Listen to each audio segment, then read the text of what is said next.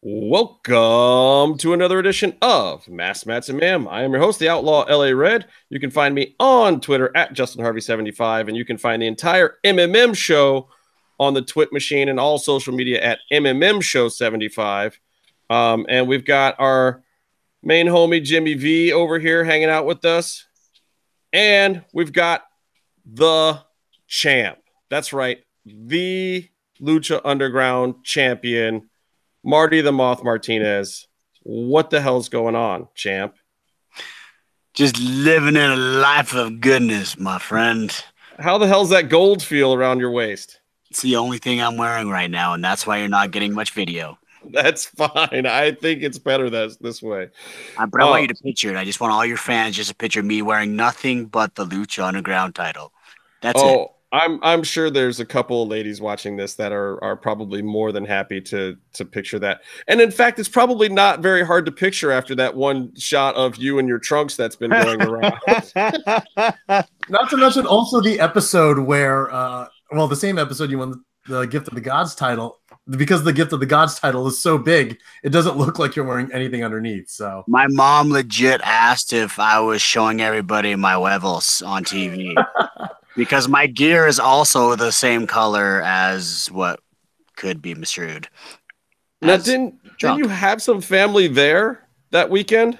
I actually made sure to fly my mom and dad that weekend and my girlfriend.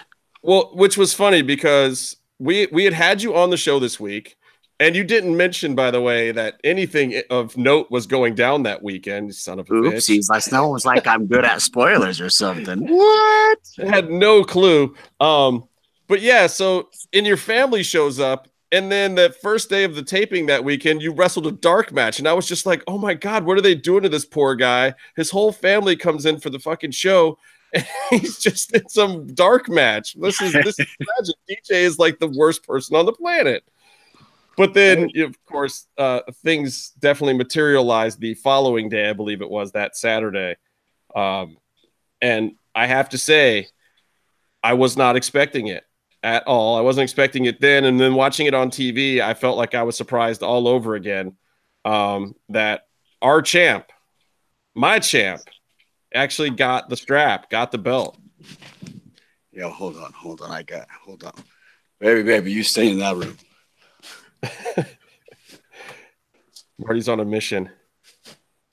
We're in my YouTube and Twitch studio. It's the what? Oh. How the hell? Suck it. It is there. Stole that son of a bitch, didn't you? Look at that. Oh. I bet Penta doesn't have one of those in his. Bad, right? Where'd it go? Let's see. You see it? Ain't it party, people? Ain't it party? Ain't it party? It's good to be the champ. It's damn good to be the champ. I promised everybody I would tell them I forgot last week or whenever I was talking about it to tell them the story about, after the match, Marty comes out and I'm like, hey, what's going on? Congrats, whatever. And he comes right over and he's like, yeah, isn't this awesome? Blah, blah, blah. And I'm not looking down. It's kind of dark because we're outside. The damn bathrooms are outside at Lucha Underground, or they were this past year. And I think he's going to shake my hand. And then I look down and what's in my hand? Marty's fucking wet ass chonies and trunks. Nastiest feeling of my entire life, Martin. Fucking gross, man. I forgot about that. Oh, I love doing that to people. I won't even lie. I've done that to Paul London so many times. Oh, I know. Paul was standing right next to me. It was probably intended for him, but I'm the dumbass that stuck my hand out.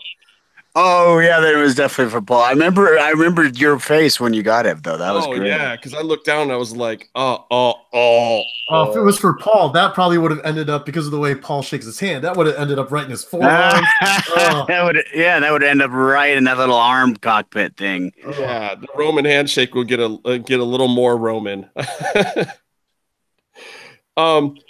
So spoiler, right. I'm not actually in the belt, and I'm actually wearing clothes. So yeah, well, but you got to show off the belts, which is worth it. I like it. I got to ask you about this week's episode because I know we've talked about you and your sister before, and how much you guys had put thought into all the creepy and weird things that you guys have done on the show.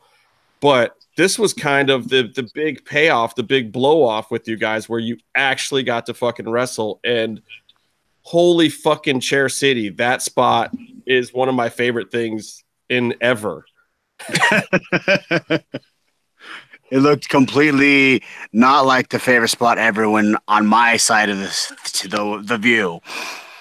Both of you are insane, though. I mean, for people out there who have not seen either Cheerleader Melissa or Mariposa, whatever name she's going by these weeks, or Marty in person wrestling, both of them are insane. And you guys like to work very crisp, shall I say. And the bumps that you guys were taking, the bumps that either of you always take are typically ridiculous, and I'm always in fear for your lives. But this particular match, you guys just fucking went at it. Yeah, I was excited because DJ actually told me, like, just think about it. Marty the Moth just became champ, and this sister who's supposedly better than him this whole time. Now it may be questioned if is he better than him or is she better than him. So let's see which one's better. And then so, like, in my thought process, I'm gonna have to kill this girl. So kill I did. If you didn't see the pictures on her social media yesterday that she put out there, we beat the living crap out of each other, and well, she got the brunt out of it, I believe, but it was fun. Yeah, there were some bruises to be had there, but and like I said, I've seen you guys both do that. Like, Marty's the guy who's in a battle royal and the camera's not on him, and he's still bumping like the craziest shit out there. I mean, that's just, I know that's who you are, and I know she's kind of the same way, but it was a pretty sick match. I loved it. And I was also impressed at how reserved Reklusa was, that she didn't jump in too much on your behalf. I think she's a bit sadistic. I think she kind of likes seeing all the beatdowns happening there. She is. Why do you think I like her around me? That was a big surprise for a lot of people. I have to apologize to Chelsea too, because when she debuted, I was sitting in the bleachers and she backed out from underneath the cage. So all I saw was like this black outfit or whatever. And I thought, honest to God, that it was Lotus. And okay. But that's clearly an insult to Chelsea. The backside of her and Lotus, not really even in the same ballpark. And I feel like I've insulted her now by even thinking that it was Lotus. Well, we were talking the Black Lotus tribe, the four of them, right? Well, just, yeah. But it was, there's she was four of them, and I believe a bunch of them, and they're all doing freaking fantastic in their careers. So all five of them are pretty much badasses. That's true. That's true. But Chelsea, I'm glad I got her on my team out of the five there. Chelsea, my favorite psycho of those all. How did that come to be? No one's talked about that yet. I mean, everyone knows that Chelsea was showing up and that she was going to get something tasty, and apparently that tastiness was getting to partially kill or maim Sexy Star, which got a great pop in the middle of your awesome heel segment. Okay, so I believe they're like, they would not shut up. The fans just would not stop chanting Cierro Miedo. And I think they might have edited me just putting the microphone down for a while to see if they'd shut up, and they just got louder when I did it. And to save TV time for the pummel that was to ensue later, like they cut that out. But they would not shut up until they pull out the Sexy Star mask, and then that shut everybody up. Well, yeah, because that was when everyone was like, shit, is he face? Is he heel? We don't know anymore. Oh, yeah, I guess that's true. That was true. There was somewhat of a mixed reaction, though, but yeah. Yeah. Well, I definitely, I had a few Cierro Miedo chants, but most of mine were "That's my champ." I think me and Paul Cross and a couple other people, and obviously Mallory and that whole crew were screaming "That's my champ." But we were getting pretty much drowned out by Cierro Miedos the whole time. What are you gonna do? And it was just super loud that I'm like, well, I might as well just say this promo now because they're not gonna let me talk anyway.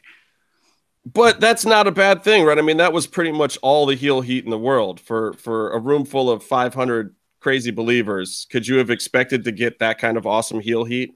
I loved every second of it.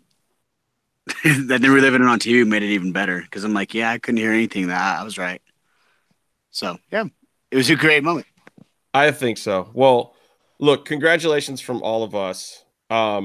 This, last time you were on the show, it's funny because the writing was on the wall, and I guess you were kind of giving us some of the signals because you talked about the fact that, the comedy bits and the comedy gags can only get you so far in wrestling, and that at some point, you have to take a darker turn or more of a serious face turn if you want to be taken seriously and if you want to wear the belt. So was that kind of your goal the whole time? I mean, did you kind of manifest this destiny for the Marty the Moth character?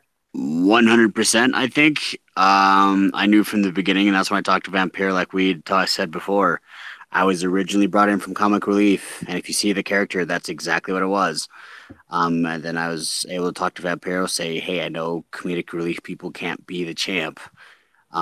So that's where the whole twist started at the first part of season 1. If you notice, after the kidnapping of Sexy Star, like literally just got worse and worse from there, to be shoving things down my pants, to stabbing people with forks. And it gets actually more violent, as you have seen live. Yeah. I don't think it's a spoiler to tell anyone that, it was just announced on Lucha Underground this week that there's a Cero Miedo match coming.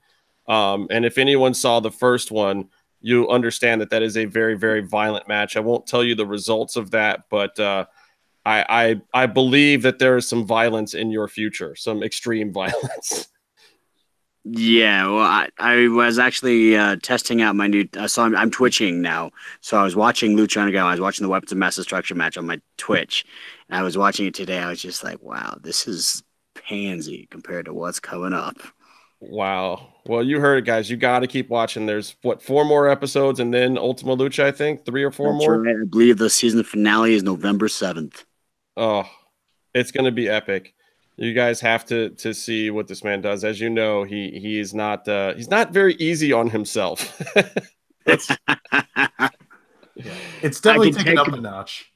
Yeah, you got to take it up a notch. And then with all these fans out there loving Pentagon so much, it makes me even happier I get to break their hero. Well, we're looking forward to it. And this week's match, we had to get you on because this was one of my favorite moments of the season. Just seeing the chairs piled up on top of you, and Melissa just thanks, man. It was one of my favorite moments, seeing you buried under a pile of chairs and knocked the hell out. And at the point where like she had so many chairs out that she couldn't find any more chairs, so she started picking up the ones that weren't really planted on you and just laying them in there some more. There were so many chairs. I was sure it was like, okay, that's the last one, and they just kept coming and coming. Well, see, I think you were sitting on the other side of the ring too, because she started picking up the ones that had fallen off the edge and just like started throwing them back on him again and again. And I thought I heard the slightest, faintest little whimper underneath all of those chairs where Marty was like, "Okay, I think we've gotten the spot accomplished. Can I get out of here now?" There wasn't much registering under those chairs, trust me. After like the 9th chair, so what happened was I thought that she was done, and just like you guys, she found somehow more chairs out of nowhere, and then more pain came. So I went night essentially. Well, she paid for it in the end. She's got a couple of broken wings now, so I don't think the Mariposa will be flying anytime soon. And did you notice that? And I don't know if anyone's ever talked about it since, but they edited it out. I remember live, Pentagon actually broke her other arm. Oh yeah. Yeah. They edited that out. They didn't show that on TV. Yeah, because they're trying to make him a baby face. It's a baby face now. I guess. How many breaking all these arms actually made him a baby face? I know, that's the best part about it. It's like you do it and you get all the heel heat in the world. He does it and he's like a baby face. He's some kind of technico now because he breaks people's arms. Jeez, right? People are messed up. Bullshit. It's total bullshit. That should have been like an online exclusive or something, like on El Rey's YouTube or something, just showing Pentagon doing that. I was 100% expecting it after I realized they edited it out. I'm like, that's totally going to be in there. I'd still be surprised if they don't, but if not, hey, well, you guys are the first to say it. Both wings clipped. Both wings were clipped. Wings were definitely clipped. Pentagon is that sort of Jack. Can I swear on this? But yeah, absolutely. That asshole who breaks arms when the match is already over. It was fun, though. It was. He broke my arm after the match was over the first episode of the season. That's why we got here. Payback's a bitch. Which was so tragic because we didn't see you very much early in the season. But I mean, I guess for this kind of payoff, it's totally fine at this point. So does anyone remember those 10 episodes that didn't have Marty? Fuck no. They remember Marty the champ. It definitely. So Sports Illustrated picked up the story. And so I was like, sweet, we're making some waves for Lucha Underground. And then they post the picture. They asked Lucha Underground for the picture. And with the lighting, there's a lot of comments on just each of. Yeah, I'm seeing the smile on your face right now. You know exactly what I'm talking. Both your guys knew exactly. My eyes are up there towards the title, but there were some features that were lighted. Very illuminated. Yes, and squished. Yeah. How does that make you feel? I mean, it's like you finally get to the mountaintop and everyone is worried looking at my junk. You're welcome, world. You intended it to be that way, though, honestly, didn't you? I mean, didn't you always imagine it would be that way when you got to the top, that you'd be on the top of the mountain and everyone would just have to look up to your junk? Isn't that how everyone pictures being on top of the world? Every man, at least. Probably. I thought it was freaking fun. And I saw so many comments. I'm like, yeah. But it's great, though, because that's why I love this character, because in the ring, if I screw up, I could just say it's the character I was supposed to trip. I totally meant to do that. And people are like, oh, he's crazy. Yeah, you can do that. And the part of the character is being disgusting. So winning, I wear the smallest gear on purpose, by the way, on Lucha Underground roster. And these are the repercussions. Yeah, it's you deserve it all the good and the bad. You deserve it all. Wow, thank you very much. You completely earned it. I don't want to keep you too long. I know you have some plans. Thank you so much for stopping by. Anything you want to throw out there? Anything the world should know about the rest of this season of Lucha Underground, or anything else you got going on, Marty? That I know we are used to 40 episode seasons, but that is not how a normal TV show works. We are 4 or 5 seasons away from Ultima Lucha Cuatro. So get your Lucha in now, enjoy it, and love it, because it's going to be gone soon, and then I'm going to hear all the bitching. So get in there, love it, because, well, we love y'all. And actually, I'm going to be playing me versus Pentagon Dark on my Twitch, that you should all be joining up and watching and hanging out with me as I tell you more stuff about how much Pentagon sucks for the next 5 weeks. You should all join me on Twitch at twitch.tv/Marty The Moth Casaus. I'm literally Martin Casaus on everything, so if you need to find anything of my stuff, I literally link all my stuff on my everything. So I'm easy to find. Send me a message. That's how we all become friends. And that's how we got on this interview, even, because we all started from just like answering a message, right? Yeah, pretty much, and then chatting a little bit at Lucha Underground. But I mean, that's the social media is the way of the future. So everybody find Marty, find Martin on buy the merch. Your YouTube stuff's great too. I've been watching a bunch of your YouTube channel stuff. Thanks, man. I figured I might as well just, like, everyone's asked about, hey, what's it look like to be a wrestler? Like, well, this is the stupid shit we do. Here, let's carry on camera. So that works out.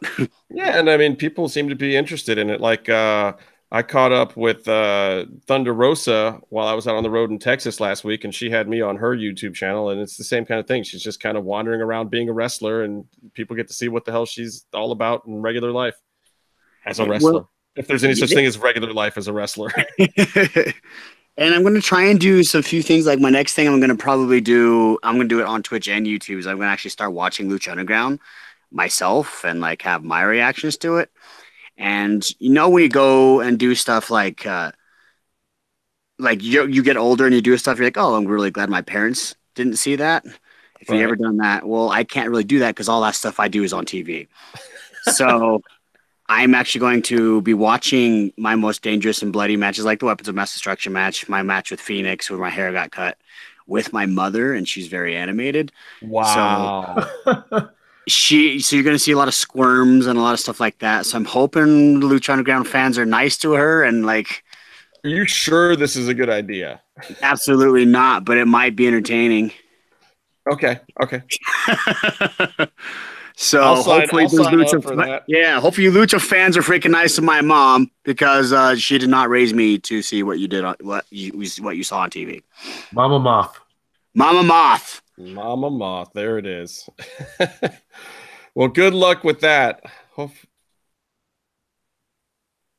Hopefully Mama Moth will take it easy on you. So just so you know, your fans did show up. They are watching. Mallory and Rebecca, of course, are watching and say that's my champ as usual. I love those two, the Mothettes. Yeah. Zero Cool and a couple of, and Rebecca's, of course, Wait, there too. Can I share this? Can I share this somehow? I think you're tagged in the link that I posted earlier, but I'll post it. I'll give it to you again, and it'll be archived. Tell me that before. I would have just freaking like put it so like we have a bunch of people jumping on. Well, yeah, you can repost it, and they can come and watch it anytime. That's the best thing about modern technology. It's like it's live, but they don't have to watch it live. They can watch it later too. But yeah, our regular watchers of the show are in the chat room live, kind of hanging out on YouTube right now. What's up, folks? Hoping y'all enjoying the show. And I will tag you in a post of this loveliness shortly. But anyway, yeah, thank you so much for hanging out, brother. Go enjoy the rest of your evening. Ladies and gentlemen, that is the champ, Marty the Moth Martinez. All kind of Aztec pride, all kind of junk in Sports Illustrated. Oh, yes. I never even thought about that. My junk was the highlight of Sports Illustrated. Oh, my God. That is good to say. That is hilarious. Yes. It means you are truly, truly a champion of some kind. What am I doing with my life? You're winning, and winners keep on winning. Yeah. Yes, I am winning the champ. Hell yeah, that's cool. Well, we're super proud of you, and we knew this moment was coming, and we're glad that you stopped by because we wanted to celebrate with you a little bit, and we can't wait to see where it goes from here. Even though some of us know, and I think that everyone will be very, very pleased to continue watching your journey on Lucha Underground. And again, thanks for stopping by. Hey, thanks for having me, guys. Thanks everybody for listening. All right, cheers, brother. Go enjoy your evening. Get out of here. Yeah. Never a dull moment. Never, not even for 15 minutes of pure gold from Marty the Champ Martinez. Can we just call him the champ now? Oh, he's definitely a champ. He's our champ.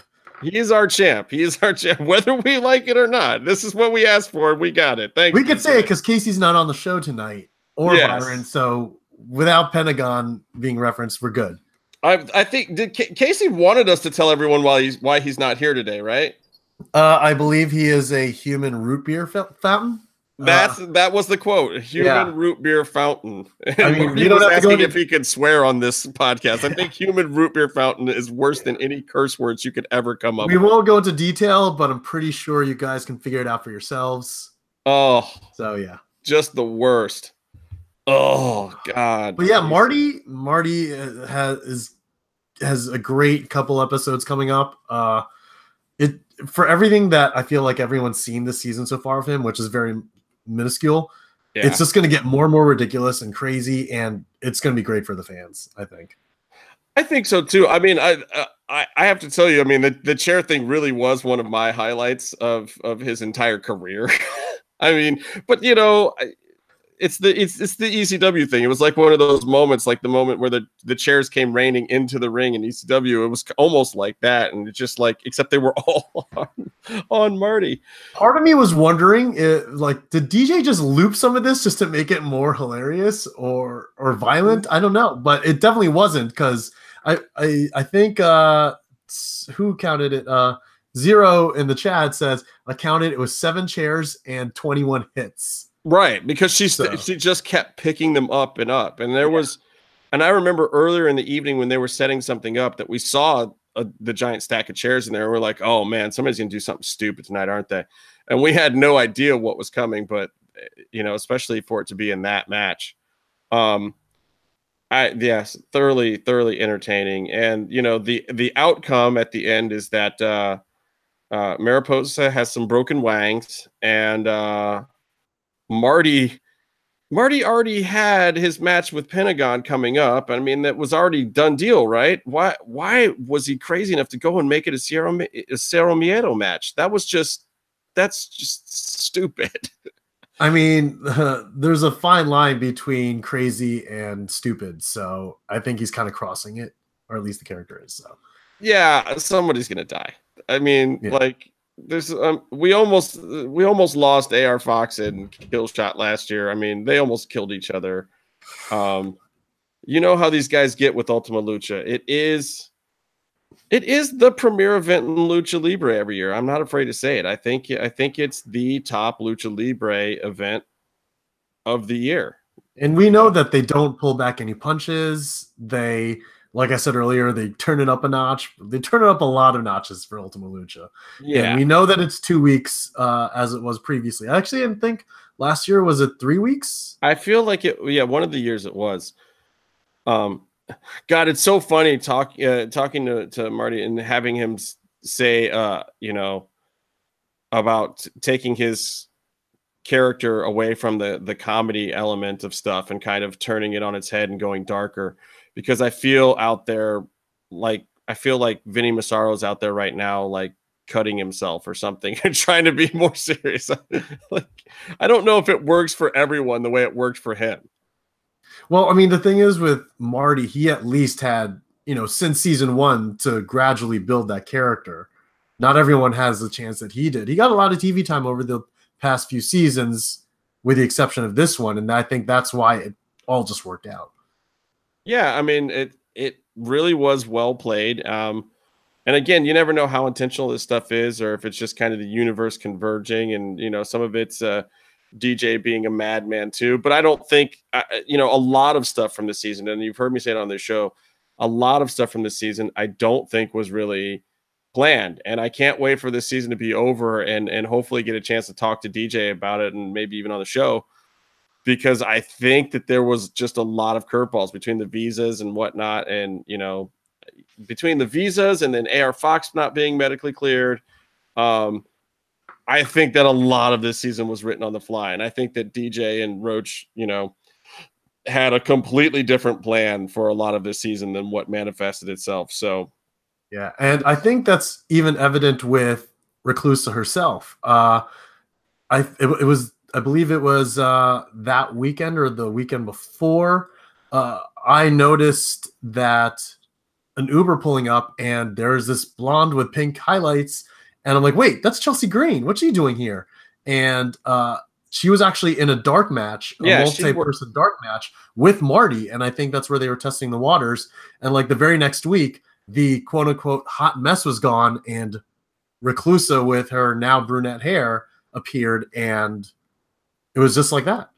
Yeah, I mean, and I have to say, it really is one of my favorite incarnations of her character, because she gets to kind of be, she gets to be evil and bad, but she still gets to be a little bit of the hot mess character. Like I think you guys will see that going forward more, but she's definitely bringing in a little bit of that hot mess thing that she's been developing over the years. But I like it because it feels more refined and targeted, whereas a lot of her indie stuff, because it's one day bookings and, you know, when you see her, it's just kind of random stuff, and it's kind of designed to get the crowd over that day, you know, to get the whole thing over just for one day. And this is a more targeted approach that fits into a storyline, and she's a good actress, you know. So's Marty. I mean, you saw that promo he cut. They ran a lot of that promo, even though he did have to stop for quite some time in the middle. But you know, if you think about Lucha Underground historically, who else has gotten that many words in a promo ever? Maybe Mundo? That's the only person I can think of off the top of my head, considering that most of their top talent usually gets very minimal mic time, because let's be honest, a lot of times with Lucha Underground, it's not even necessary. Their actions speak for them. So you take someone like Pentagon, he says basically the same thing every week, which is enough. But you have someone like Marty, who he's stretching his character, he's building it up, and now he knows he's going into Ultima Lucha, and he's got a whole month's worth of shows to build it up, and this is the proper way to do it. And then you throw in someone like Chelsea as Reklusa doing it, and it's just icing on the cake.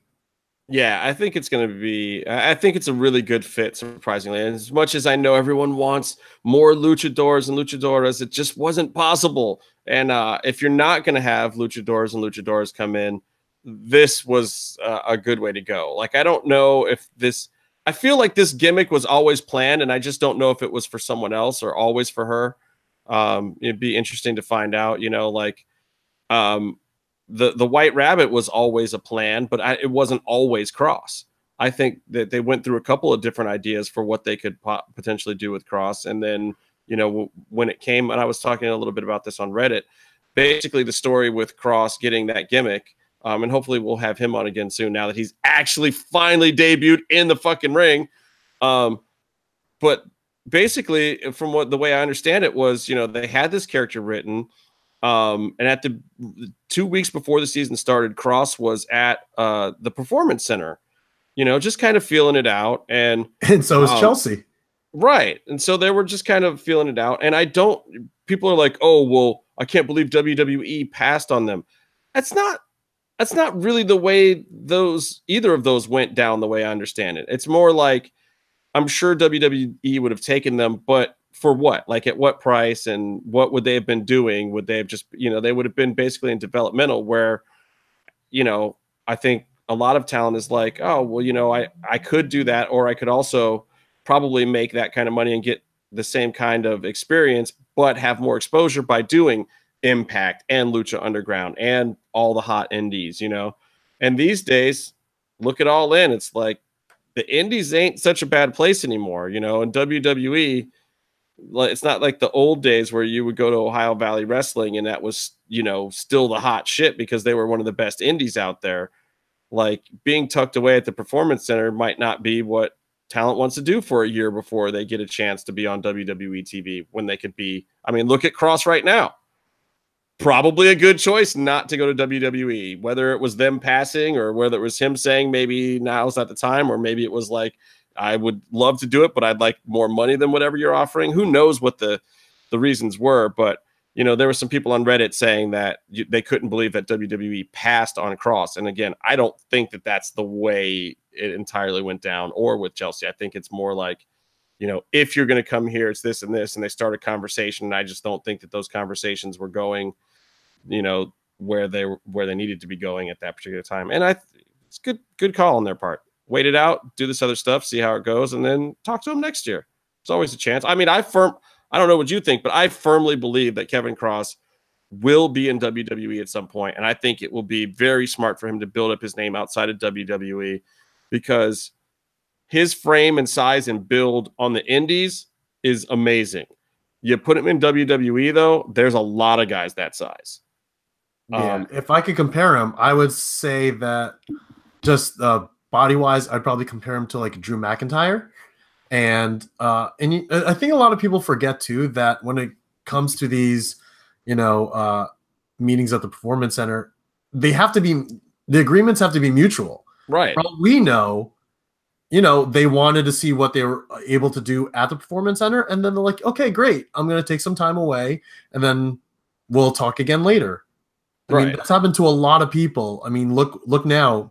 Matt Riddle is just now starting to do NXT house shows, and WWE's been after him for a while, but he never felt it was the right time, and he was right. And now look at him; he's able to get in when he needed to. The timing was right, and more than likely, we're probably going to see him versus Cassius Ohno at NXT Takeover War Games. And and it was a way bigger deal when they brought him in. And I like the way they brought him in. I like them sitting him out in the crowd and kind of, hey, look who we got, kind of thing. It was worth it. Yeah, I mean, that's pretty much what they're doing with everyone nowadays. And it's not terrible, but at the same time, I feel like maybe with someone like Cross, you don't do that. You bring him in and you just have him like running roughshod, like as the mystery guy, or have him come in and just intimidate from the stage without saying a word. And he can get away with that. He can, but I think that what he's doing right now is going to showcase more of like, hey, this is what you can do with me, or this is what I can do on my own even. I mean, he's building a persona around himself that is very easy to even put another gimmick on later, but because you know that underneath it, he's got this core base heel thing that he's doing that is, just old school bruiser, I will fucking murder your face kind of heel, which is awesome. Oh, and so I was saying about the story is, so at the beginning of season, Cross had just done this WWE Performance Center thing, and I think it was maybe only a week gap before Lucha Underground started. So I don't think that they planned something major for him right off the bat. It was kind of like, I'm sure Van Wagenen was like, yeah, go see what the thing is, because Van Wagenen's a great dude, and he's not going to stop somebody from a big opportunity. So he's probably like, yeah, go feel it out, and if it's not the thing, then come back, talk to me, and we'll try to fit you in somewhere. And then poor DJ, who's already rewriting half the show, is like, probably like, oh, Cross is available, great. Well, let's see what we can do. Because we were even talking about the first couple of weekends. I was like, I know Kevin's sitting at the house. Why isn't he at Lucha Underground? What's going on? Are they not going to use him? Like, I was worried. And then the way I understand the story from talking to Paul was, Paul was approached by the writing team, and it was like, hey, we're going to do that White Rabbit thing. Torito's going to be El Bunny, but, here's some of the people that we're thinking about possibly putting in that White Rabbit role. And when they came across Kevin's name, he was just like, yeah, that's probably the guy. Let's talk to him, and that Paul got excited about it, and rightfully so, because I've seen Kevin and Paul and the way they click and how into it they were getting with coming up with ideas. And DJ let them be very collaborative with this new direction of the Rabbit Tribe, which is not surprising. I mean, Paul is very collaborative with a lot of people's gimmicks because he's one of the agents at Lucha Underground. So he helps with laying out the matches and, how people's in-ring personas are bringing across the storylines that DJ and Roach write, and Chavo does that as well. And Stryker and Vampiro kind of help agent matches. But, so London had a very integral part in it. And of course, when Cross comes in, what are Cross's favorite movies? I mean, American Psycho and Natural Born Killers and, all this, Casino and Goodfellas. Like he likes that dark, weird shit, and murderous. I mean, there's a reason why he's Killer Cross. So then him bringing that stuff to the character is how you get the White Rabbit. And then God only knows how you went from even that brainstorming and trippiness and weird psychoticness that they're doing to the white glove mandible claw with the bloody fingers. Oh. Yeah, you know what? I just love the methodical way he slowly puts it on, because that just adds so much more drama to the character. And honestly, looking now, considering what they've done with the vignettes and everything, I can't imagine anyone else in that role but Cross. Yeah, like I mean, I could see other people trying to do it, but certainly not with, it would be a totally different thing. And his whole TikTok gimmick, the Toll Man thing, kind of incorporating that, and the pocket watch and the suit that he brought the first week, and he was very deliberate with having the suit attire and the ring attire, which is great, because it takes us back to where Lucha Underground started, when they had all these design and costume elements that were done before there was even characters in the gimmicks, where they deliberately wanted, Mil Muertes to have like this dressed up suit look, and then to have a different look for when he was actually wrestling, and they had that with a lot of these characters, and now they're doing that again with the White Rabbit, which I think is awesome. And that suit that Cross has is fucking sick, but the TikTok thing plays. And then I honestly don't know how they did the white glove gimmick. I mean, he basically shoved that thing in Joey's mouth, left it in there and it was a lot longer in person. Like that was edited for the show. And then eventually it comes out of his mouth and it's bloody and it was gross. And it was just like, whoa, this gimmick took a really, really dark turn. This is not some Mick Foley with a sock gimmick here. This is nasty. This is fucking mean. Yeah, that was totally unexpected. Like, one, the glove was unexpected. Two was the blood coming from it. And, good for Joey. I don't know if it was like a blood pack or whatever, but it came off seamless and it looked great. Rebecca says, I went to the wrong taping day, damn it. Well, man, maybe. There's no wrong taping days, though. You just missed days like I did.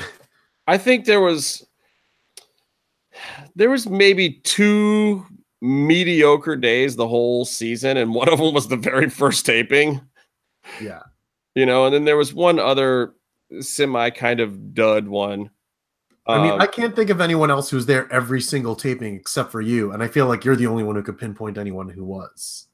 Yeah, I was at all of them, and there's a couple people that were close. I think Paul Cross is probably at.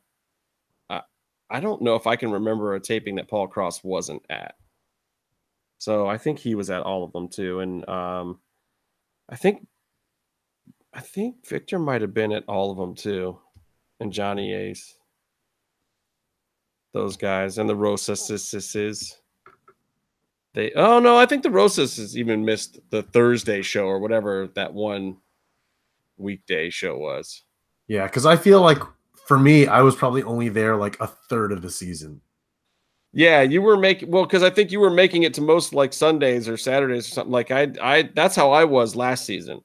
Like I was there about 52% of the time for season 3. Yeah, the weekday shows were just not possible for me to make unless I took off of work. Because a lot of those Lucha Underground regulars that you see are actually from San Diego.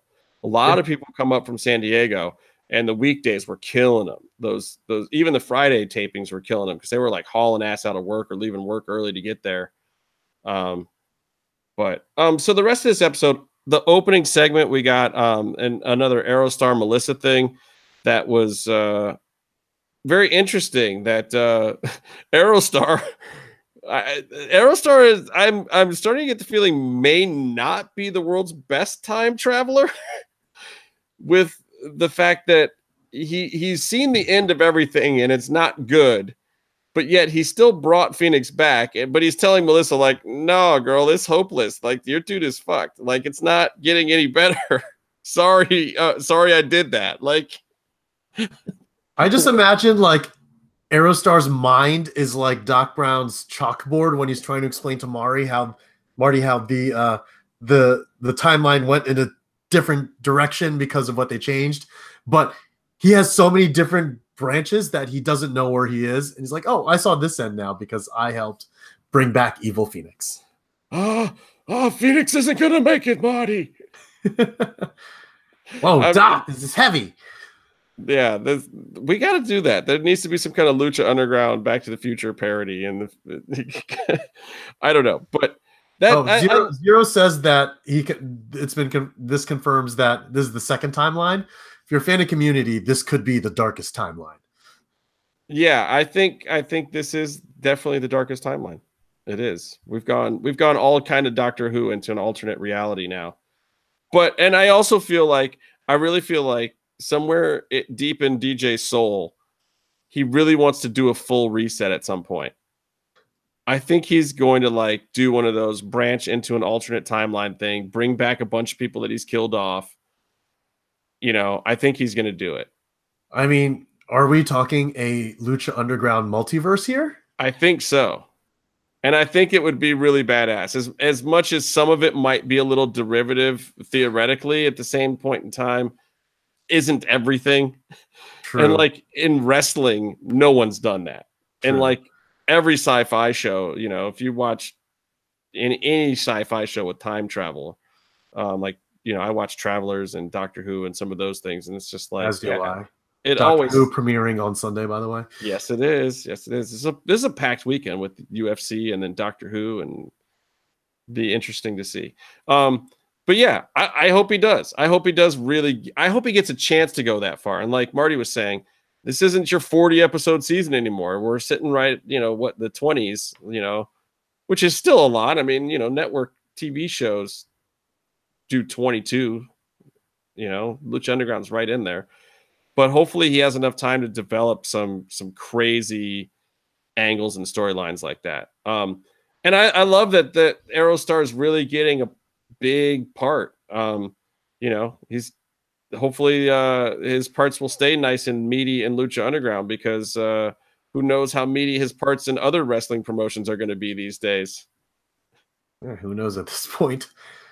I don't even know what is going on with him and Drago now. Are they like, you know what, Meef, who was here earlier, but not Meef, who didn't actually get on the show because we took so long?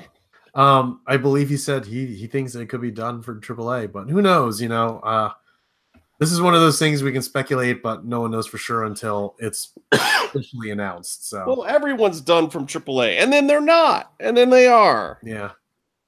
And then everyone's worried that it's going to affect them in Lucha Underground, and yet that hasn't totally happened. Yeah, so who it's almost worse for you in Lucha Underground if you stay with AAA, because we didn't see Tejano or Wagner or any of those guys this year. I mean, just those visa issues too. Like, it's just there were a lot of things hindering what could have been with this season of Lucha Underground, but at the same time, we still got a lot of good stuff, and there's still more good stuff yet to come. But does that hinder what could be with Lucha Underground all in total? Is it really killing? You got these hiatuses, you got these visa issues. Is it killing what was once, you know, one of the most epic possibilities for wrestling? You know, it's hard to say. I would say yeah, it's affecting what could have been, and it could have been a lot better, but given the circumstances, you got to do what you got to do with what you have, and unfortunately, this is what we have. Still good though. Yeah. I agree. So the filler match was more of this feud between Killshot and Son of Havoc this week, ending with Killshot losing on a weird submission attempt that went awry, and I barely even remember. It was like a weird sequence of one trying to get a submission, getting a pin into the other, and they just rolled around for a bit until Son of Havoc got the pin. Right, which was kind of cool. I mean, and I like that. If you're gonna do, you know, it's not a blow off, and God, it's like, do people remember wrestling in the 90s and even 80s? Like, lots of matches ended this way, and it's great that way. It keeps the feud going, and it's not a bunch of people's finishers. Like, not every move or every episode or match has to end with, you know, the fucking worm and a chop or a fucking people's elbow. Like, we can just end with something unusual and somebody getting a roll up a certain way, you know, and that the opening minute and a half of this match was actually really, really good. I think Killshot and Havoc are actually a very good fit for each other. And I actually think that I like Matt Cross's work rate with Strickland in there with him. I feel like they kind of bring each other up, where at times either one of them, especially in Lucha Underground, I feel like Shane goes slower in Lucha Underground than he does in other promotions sometimes. And there's reasons for it too, because a lot of times in Lucha Underground, Shane Strickland is actually more of a base, whereas in other promotions he is not ever. Yeah. But with some of the Lucha Libre stuff, and I think he finds it easier and more entertaining for his character as well to work a little bit as a base. But in this match, I felt like both guys were really playing off each other well, and it felt like they were working out quite a bit together. So I don't know if that's really the case or not. If maybe they, you know, once they realized they were doing this feud, they put some fresh gym time in together to work some stuff out so that they could really make this work. Because they've basically been going back and forth in little spots all season, building up to like now having matches and now working up to a blow-off match for the masks, which we'll see at Ultima Lucha, and we'll see if they really put together something that's fire or not. They could steal the show. Yeah, that's definitely one of those matches where you look at the card and you're like, wait, this could be the one. And it's definitely happened before. I mean, it wasn't Matt Cross's match with Pentagon for the Gift of the Gods last year. That's true. That was not, and maybe I feel like it's because Penta knew he had to wrestle later that night, but that was live. It was especially the most dreadful thing ever. It was still to this day one of my least favorite Lucha Underground matches, and I can't even believe I'm saying that. A ladder match with Son of Havoc and Pentagon was a dud, but it was a dud. I mean, that definitely was because it was leading into, you know, further angles later that night. So I feel like in the end, especially knowing what we knew at the time, like that's I think that gets a pass. Oh no, it totally does. Like it makes sense, but at the time you're not really knowing what's going on, and you're watching it. And you're like, why is this so slow? And they're taking an hour to set up all these spots, and it worked fine for TV. It's like they could set up a spot for 34 minutes, and then on TV, it's like everything was strung right together. And there's like ladders popping up in the ring, and you didn't even know where they came from because they cut all that bullshit out. And it played fine on TV, but man, live that was just brutal. It was like watching two dudes and doing a slow motion spot for 45 minutes. Was there anything else on the show? And then we go into Marty and Mariposa's match, which was, Marty got a ton of screen time. He was a good half of the show. Chelsea hanging herself in the ropes. I'm a fan of that. The way she's like doing her spider web thing with the ropes and just hanging out there the whole match. I mean, honestly, that character really is her two other characters combined, and I think it just works seamlessly. Yeah, it's perfect. I mean, it totally fits in there. Like, there's no question, and it almost didn't even feel like she was a new character. It was just like, oh yeah, she's totally supposed to be here. This works. And the funny thing is, this was all taped.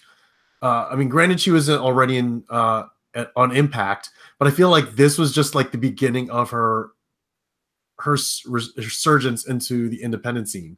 Right. Like she had done maybe a few indie shows, but like since then she's been doing shows all over the place. I mean, obviously All In, but she's been doing like bar wrestling just in LA and other shows. So now you look at her, it's like, it's crazy to think how far she's come. Yeah, she is a full-on indie darling now. She is like the top of the indie game right now.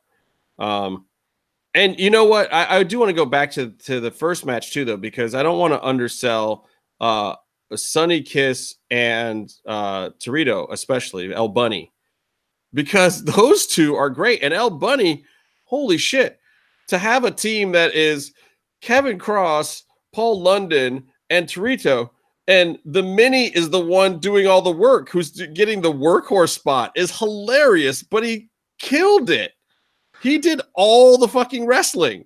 See, this is the stuff that I wish they let him do in WWE, because the only thing we saw of him that he was able to really do was in the WLC match against Hornswoggle. Right. I'm like, there was so much missed potential, but I'm glad to see that they're doing something with him in Lucha Underground. And Hornswoggle, by the way, can go. I don't care what anybody says. That motherfucker can wrestle. But yeah, I was really excited to see that. And I thought that, I don't know if Sonny's ever worked with a Mini before or not, but Sonny fucking killed it. Exolicious, for people who don't know. Exolicious killed it. I mean, they had full-on great spots, and work rate was through the roof. I liked that whole match. It was fun. We'll see where the feud goes now that Joey's been, I don't know, mouth bled to death. What the hell even happened there? Is he dead? Is he alive? You choke somebody with a glove and they start bleeding on you? It was weird, freaky. Yeah, I mean, it's definitely going to be interesting to see where with everyone on this episode. There's a lot to process, and it'll be interesting to see where the story goes with each and every one of them going into Ultima Lucha Quattro. Yeah. Well, we're not going to go too long tonight. I know I said I would talk about a bunch of other stuff, but I'm not. I did watch Impact. Again, Cross is a star on the same caliber with Johnny Mundo and Eddie Edwards and all those guys. Him being in that angle with Moose and the way he was choking Eddie Edwards out on this episode was great. It's so amazing to see that he just fits right in at the top. And I love what all those guys are doing. And I still find Eli Drake to be just thoroughly entertaining in person, live, on TV. I don't know where Eli Drake is going in life in general these days, but I think that he's a top performer. And I don't know anything about him personally. I don't know what his attitude's like. I don't know if people like him backstage or not. All I can say is that every time I've watched that guy, I've been entertained. Yeah. I think I've mentioned it. I mean, I definitely have mentioned it on the show before, but I got to talk to him when we were on Bourbon Street during WrestleMania weekend, and he was, very knowledgeable, and he was very cool. So, and I love his character. Just everyone does like a cocky heel, but he just does it very, very well. Yeah, I mean, I've seen him walk into a room where nobody knew who he was, and he gets all the heel heat. I mean, he does it old school style. It feels like Rick Rude or one of those guys almost, where he can just go in, get the mic for 30 seconds, and he can turn everyone's stomach. Yeah, I mean, I don't know if you remember or if you saw any of it, but Eli Drake, aka Sean Ricker, was on The Rock's reality show, and he was basically Eli Drake on that show without even trying. Well, maybe he really is like that. Who knows? I don't know the guy. I just know I'm entertained by it. So I hope he gets. I mean, I don't see him going to the top of the picture at Impact anytime soon. I don't know what you do with Eli Drake, but it's got to be something. I mean, yeah, it feels like since they've, taken the belt off of him, they're kind of like wavering on what to do, but hopefully they give him something good soon. Yeah, he's in a little bit of a holding pattern, but that happens in wrestling too. I mean, it's, Jinder Mahal can only be champ for so long, and then what do you do with him? Eli Drake's in a little bit of that same position too. It's like it was an idea that absolutely worked great, absolutely deserved to happen, and then afterwards you got to figure out what you do with the guy, because he can't be champ forever. He's just not meant to be. The promotion needs that belt on other people. I don't know how much longer it needs it on Aries though. Speaking of Aries, Mundo might be getting a run. Yeah, speaking of Aries and Mundo, Zero mentioned it in the chat, but for anyone who's gone on Twitter within the past 24 hours, sees them going a lot of back and forth, and it's getting really harsh. Like, even for storyline standards, it's getting pretty bad. Don't know how much of it is real, how much of it is, just promoting Bound for Glory, but you know what? It's grabbing attention. I think there might be some animosity there, and who knows? Maybe it has something to do with the impending finish, but maybe those guys don't even know what that is yet. We'll see. I am going to do my predictions for tomorrow, Tobias, for the UFC, and that's exactly where we're heading right now on this show. Because this week has been very, very exciting in MMA. We've had some weird press conferences. There was a press conference last week that was straight fire, where they really went at it. And then this press conference this week where Khabib shows up on time, kind of says his piece. It says more than normal, but, Khabib is not that, flowery with his verbiage. So he said his piece and then was like, okay, Conor's not here, I leave. And then Conor shows up more on time than normal. He was only like 31 minutes late after Dana did some stalling. And then Conor did a little bit of his Conor thing, but it was a lot more reserved. He came in like a tank top and didn't have his belts with him, didn't have his proper 12 whiskey with him. Like, all that stuff showed up later. But, he kind of did his thing. So that was a little weird. And then they did weigh in at the early weigh-ins, because I don't know if you know, but the weigh-ins that you see on the UFC.com and Fight Pass or whatever and Fox are ceremonial. They're not the actual weigh-ins. The actual weigh-ins right now are held in the morning, and they're talking about maybe switching it back. So there's no one actually weighing in at the weigh-ins anymore. But they both made weight. Conor came in 154.5. Khabib came in right at 155. Which I think was to Tony Ferguson's dismay, because he also weighed in at championship weight. And if either one of them had missed, he probably would have gotten the shot and pulled out of his fight with Pettis to go and take the title shot. But if he beats Pettis, he'll still be next in line for whoever the winner is, I think, especially if he beats him in any kind of exciting fashion. Though they're saying Pettis is back. If you've heard me on this show before, I love Duke Rufus, but I feel like some of his techniques are a bit old school, and I think it's costing his team a little bit. So I don't know how Pettis is going to fare in this match. But anyway, so I'm going to start from the top down. My prediction, I know people are going to think I'm crazy when I say this, but I am going to take Conor McGregor in the fight. And I'm going to take him for all the reasons that I shouldn't take him, because I'm going to take him because I thought Chad Mendez was going to beat him, because Chad Mendez was a better wrestler. Chad Mendez didn't beat him. I'm going to take him because I thought Jose Aldo was going to kick the shit out of Conor's legs, and that there's no way Conor McGregor could ever knock him out, and he knocked him out in no time flat at all. I'm gonna take Conor because after Nate Diaz beat him once, I didn't think he would ever beat Nate Diaz, and yet he still did.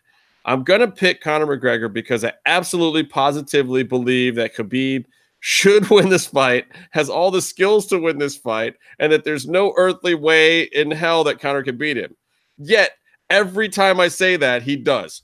So this time, I'm just going with it. I'm just going to say Conor's going to win because there's no reason and no way with $100 million sitting in the bank and not having fought MMA for 2 years and always having been susceptible to the ground game. There's just absolutely no way this fucker should win. So he probably is going to win.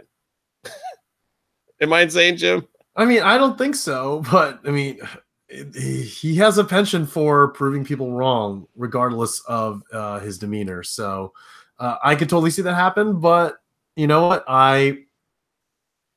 You're saying that because you think Khabib's going to win, and I think Khabib's going to win, which means I should probably think maybe I should go for McGregor too. So I don't know. It's like, and this is why he's a conundrum. This is part of why he's so popular, because his whole career, he's just talked this amazing amount of shit that no one ever thought he could back up. And every single time, he wasn't Mike Tyson. Nobody thought, other than a few Irish fans, no one's ever really thought Conor McGregor was some like indestructible force.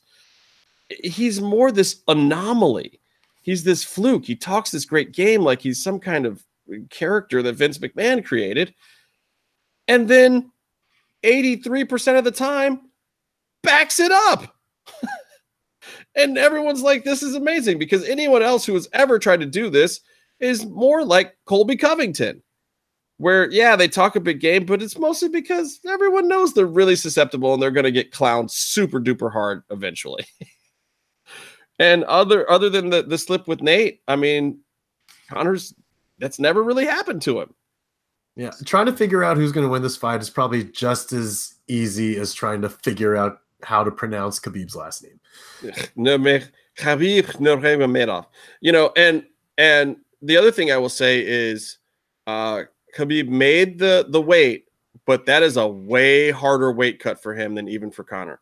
Like the 55 weight cut for Conor, I don't even think is great, but don't forget, he was doing 45 before. And should have probably always been a 55er. That weight cut for Khabib is tremendous. And has come close to almost killing the guy. There's a reason why they've tried to make that fight with him and Ferguson 5 times, and it hasn't happened. Several of those times are because of Khabib and how difficult it is for him to make the weight. So we'll see. That really could affect it if it was a bad weight cut for him, if it was hard. And I think Conor's gotten in his head a little bit. It's really interesting. I mean, Conor is very much into the games, and he's very, very good at it. And if you haven't been watching the coverage, go and watch the press conference from a couple of weeks ago. Go and watch the weigh-in and Ariel Helwani's interviews with both of them from the beginning of the week on his new ESPN show. It's compelling stuff, and it's going to be one of the biggest fights ever. I don't know if they're really going to hit this tremendous number that they're talking about. I don't know if this is going to be pretty damn high. We'll see. I mean, I don't know how they base these. Like, are there really people out there that are pre-buying? I think it's all just projection, like probably through social media or whatever. I can't imagine them because pay-per-view numbers aren't the same as they used to, especially now that people just go out to bars to watch these and pay covers. Right. And it's weird. So I don't really know how you figure out that money, but even those bars, based on capacity and how many screens they're showing on it, that counts as a big number. So if a bunch of bars are doing that, that might be part of the pre-sales too, because they don't necessarily base it on how many people come in. They base it on how many people can come in. And so you have to pay different rates to exhibit it in a bar. You're not just paying the $60 that I'm paying, at home on pay-per-view. Those bars are paying hundreds and thousands of dollars at times to show it. So we'll see. I don't know. I would like to see it do a big number. I think it'll be interesting. I think ESPN, would certainly like to see it do a big number, even though they're not benefiting from it, just because it will bring the sport to a good level for them as they take over from Fox being the broadcast home of MMA and UFC next year. Let me see. So the next fight, of course, would be the Anthony Pettis versus Tony Okakui Ferguson. I think Ferguson wins that fight pretty handily. Again, Pettis is strong and he's pretty big too, but I think that I think Ferguson has that one sewn up. I think Pettis is a little past it right now. Then you've got let's see what else you got. Oh yeah, Ovince St. Preux versus Dominic Reyes. I think Ovince wins that. I think that's pretty much a fight that's set up for him to showcase his hands. Though Dominic Reyes is ranked and he's got a undefeated record, I think he's a little too green, and I think Ovince is gonna handle him. This one I can't call. Derek Lewis versus Alexander Volkov. I mean, it's the Black Beast versus Drago. Who wins that? Who the fuck knows? I mean, those guys are. It's somebody's getting knocked out. You know, Volkov is vicious and he has a lot of technique. He's got a great jab, but Derek Lewis is very powerful, and when he hits people, they go to sleep. It's one of the fights I'm actually most interested in. I'm going to take Derek Lewis. I'm going to pick Derek Lewis, but that's a 50-50 to me. Then a fight that is really, really, really difficult for me to even watch. Two of my favorites of all time, Michelle Waterson and Felice Herrig. Met both of them, seen them in their training camps. They're both awesome. I want nothing but the best. I hate the fact that they have to go through each other to advance their careers. But I can't even believe I'm going to say this. I am going to take Felice Herrig. And surprisingly, she was coming in as the favorite, which is surprising to a lot of people because Waterson's coming off a win and Felice is coming off a loss right now. But I think that where Felice is at in her career and her ground skills are superior. I think she's also got a really strong chin. I don't think she's going to stand and bang with Michelle at all. I think she's going to put her on the ground and use her jiu-jitsu that she's gotten from Big Frog, and I think she's going to put it to her on the ground. So I'm taking Herrig, but damn, I don't want to see either of them lose. I want them both to win somehow. Let's see. We got Little Pettis, Sergio Pettis versus Jussier Formiga. That's a tough one to call as well. Sergio is ranked number 2 right now off of 3 losses, and Jussier's had 5 losses, I think, or 4 losses. But it's just a good fight. I'm going to take Pettis in this one. You know, I figure one of the Pettis has to win. Let's see if there's the Aspen Ladd versus Tanya Evinger fight. Aspen Ladd is really, really good. But she's young, and Tanya Evinger is so scrappy, and she will go out on her shield no matter what. If you haven't seen some of her Invicta fights, they're thoroughly entertaining. She's just scrappy. She reminds me of Charlize Theron in Monster. She's just creepy and vicious and mean. So she's always got a chance. I'm going to take Aspen Ladd in that fight just because she's really been on a roll and she's technically very skilled. But Tanya Evinger is a scrappy, scrappy veteran that was not going to go away easily or politely. That's pretty much all the fights I care about tomorrow. There's a few other ones on there, but those are the big ones. Those are my predictions, and it's going to be exciting to watch. It's a big fight night. Yeah, it's pretty much the big money makers this weekend are going to be UFC, Venom, and A Star Is Born. So there's that. Yeah, I don't. Does Venom beat A Star Is Born this weekend? Do you think? I think it's a tough call. I honestly don't know. It's going to come down to the wire, I think. I mean, I'm hearing that Venom is really fun, solid movie that has the exact right tone that it's supposed to, and that A Star Is Born is like all the best performances of the year. Yeah. So I'm also hearing the opposite about Venom. So what that some people aren't liking, like the few people I know that have seen it really liked it. Yeah, the many people I know who have seen it thus far are not happy with it, but it is what it is. I mean, Tom Hardy's always been weird, though, hasn't he? I don't know. I'm not even blaming Tom Hardy on it. I blame them deciding to go in the PG-13 direction instead of R. which would have been more in tune with the character. But Well, yeah, and those first couple trailers were really dark. Like, really, hey, this is not your kid's comic book Spider-Man spinoff thing here. This is something much darker.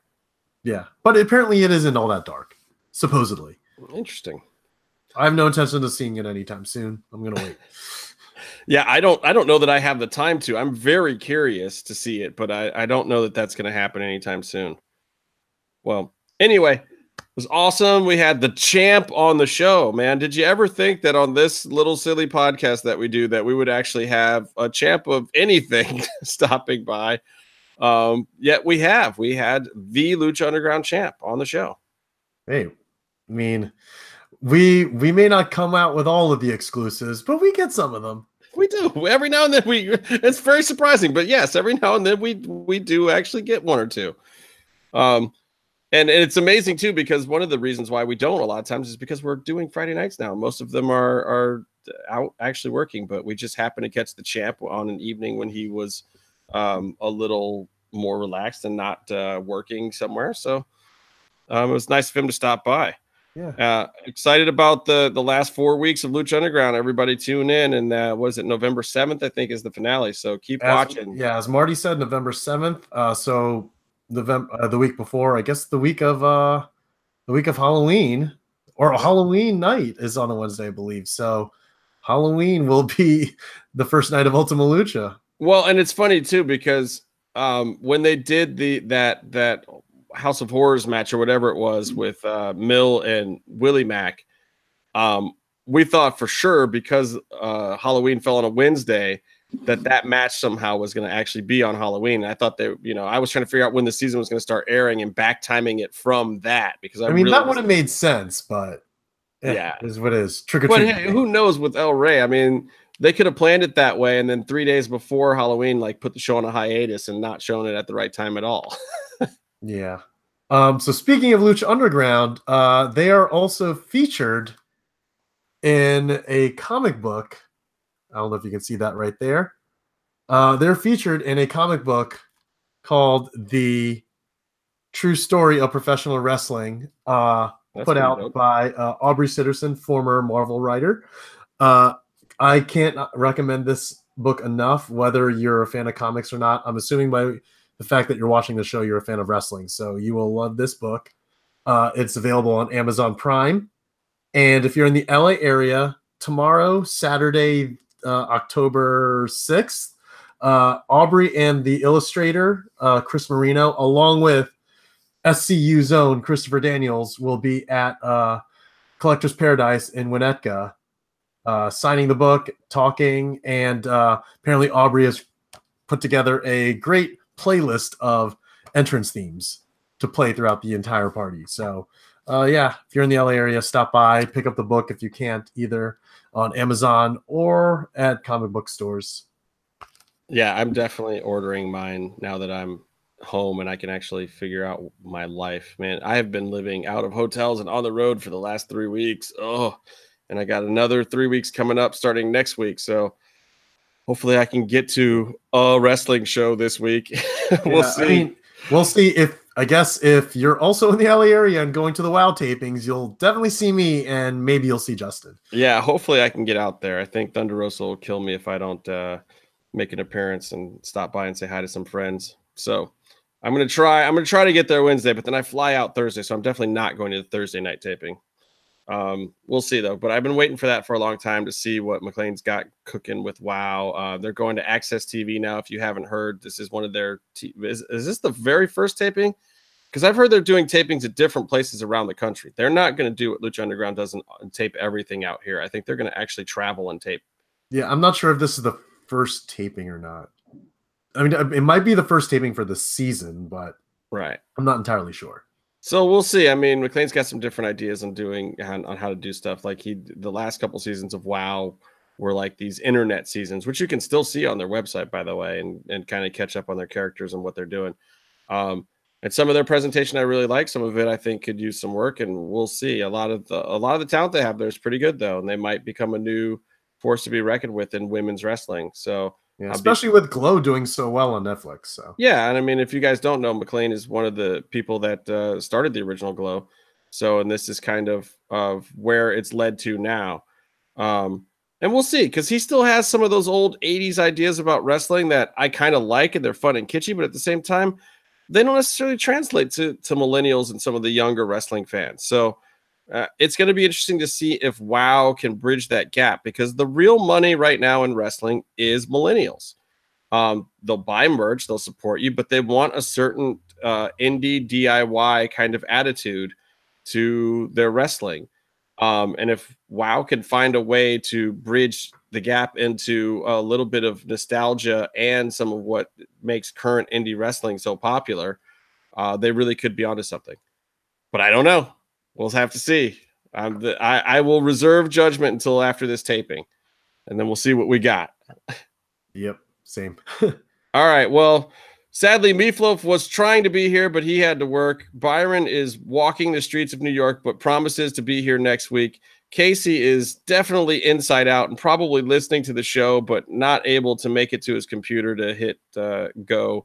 So for all those guys, and for me, the Outlaw LA Red, and my man Jimmy V, until next time, stay calm and stay in the mix.